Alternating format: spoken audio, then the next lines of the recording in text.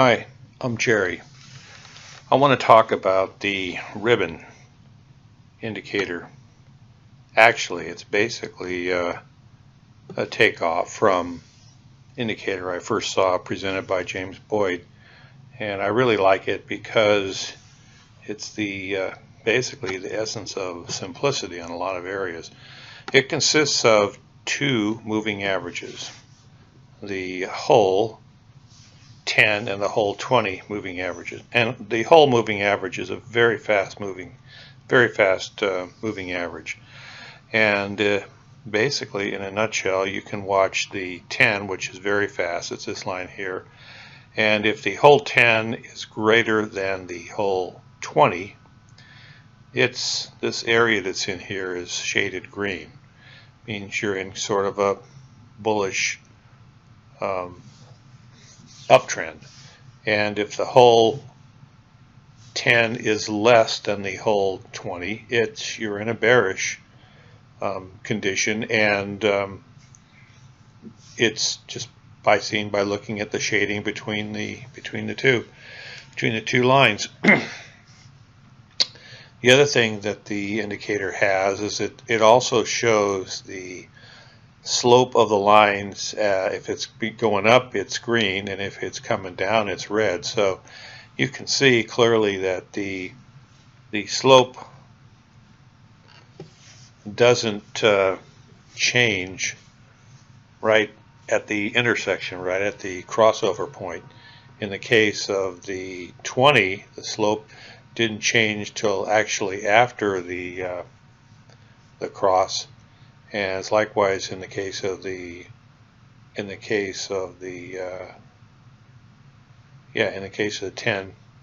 it didn't do that either. So let me back out of here. I want to show you one more.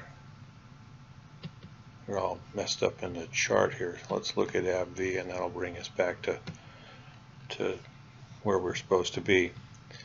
So one of the key things about this indicator is being able to easily see the transition points where we're getting the crosses. Now, we already got that on the chart, that's granted, but one of the things that, let's look under here, one of the things that I wanted to show was if you turn that on and actually show it, we put these little white arrows in here. So it just means that at this point in time, the previous bar was in situation where the 10 was below the 20, and now at this bar, the 10 is above the 20. And if you look at it carefully, this is a 3-year weekly chart. We can go to the daily chart, and we'll see there's a lot more action that happens on a daily chart. However, if you put this in context of the market posture, you can see lots of things. Basically, it goes up, it comes down, it goes up, it comes down. So the white arrows are just showing when it's crossing, when the two moving averages are going up versus going down. However, if you plot this in conjunction with the market forecast posture, and I've talked about this in another video, you can begin to see that there are certain times, and I've already mentioned this before, that the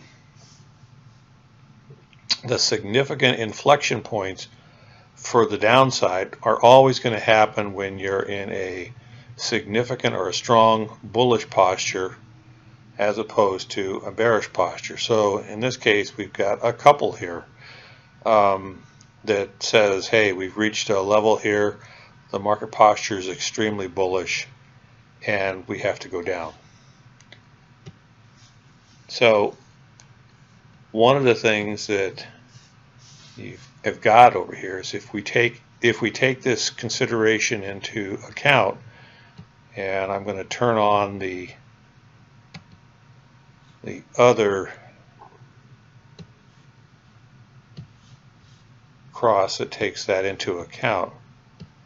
going to discover that we don't have nearly as many significant crossovers as we had before. So all of these magenta areas on the bottom represent crosses that are occurring when either the market posture is strongly bearish or slightly bullish.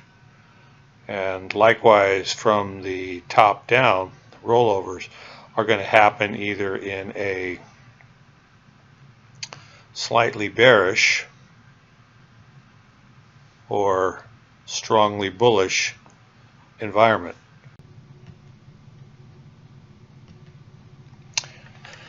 So I wanted to do one more thing.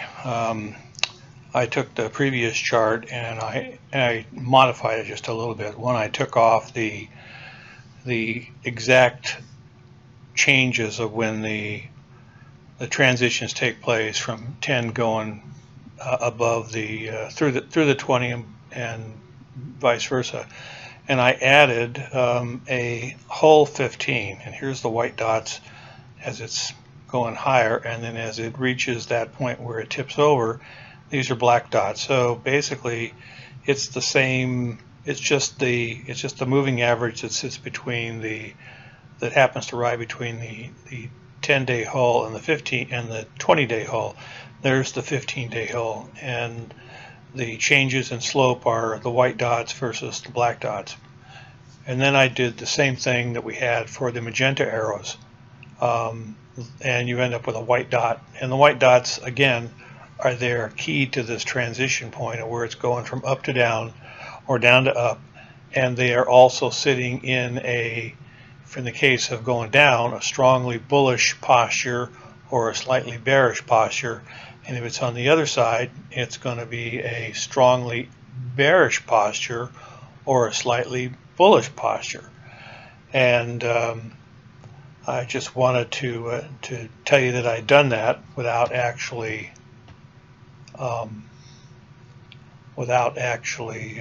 going through the process.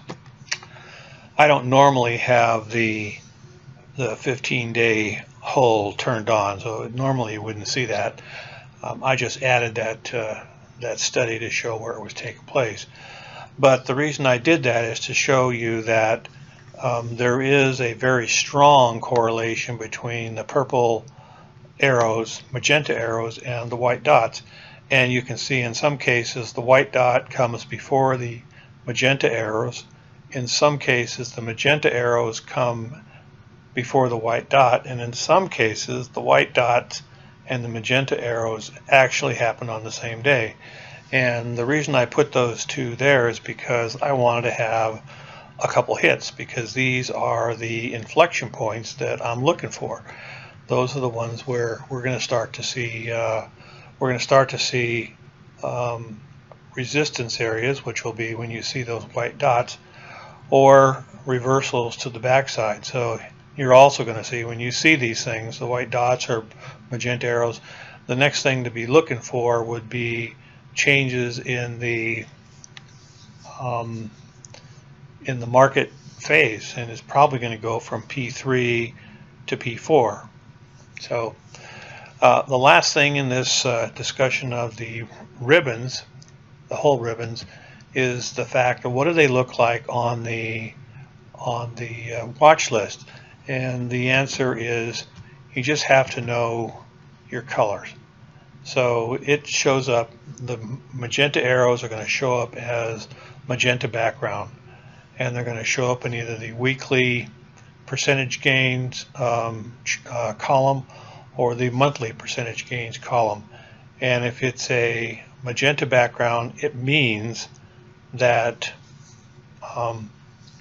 it just so happens there was a whole reversal, and it was also sitting inside of one of those critical zones for the market phases.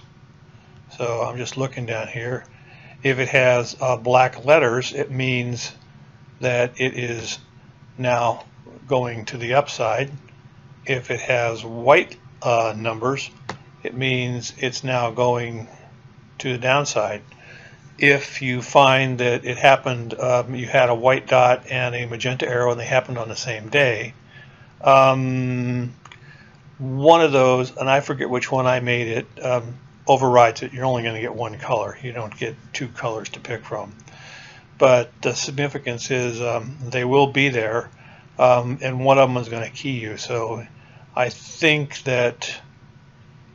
magenta wins, but I forget exactly. I'd have to go back and look at it, at the code. The other thing is, like I say, if you're on a weekly chart, you'll see it there. If you're looking on a monthly chart, look on the other column, and now we're using weekly aggregations over here. So let's look over here at GM. That's a blue dot, and it's with black letters, and so that's on the bottom side. So this is an interesting case where we just saw a reversal. You need to kind of put this reversal within the context of some other indicators. How does it compare with the 30-day moving average and a few other things to see, 30-day moving average and or in this case, it's a weekly chart. So this would be, these are weekly bars. These are more significant than the daily bars. In any case, that is pretty much all the information on the ribbons.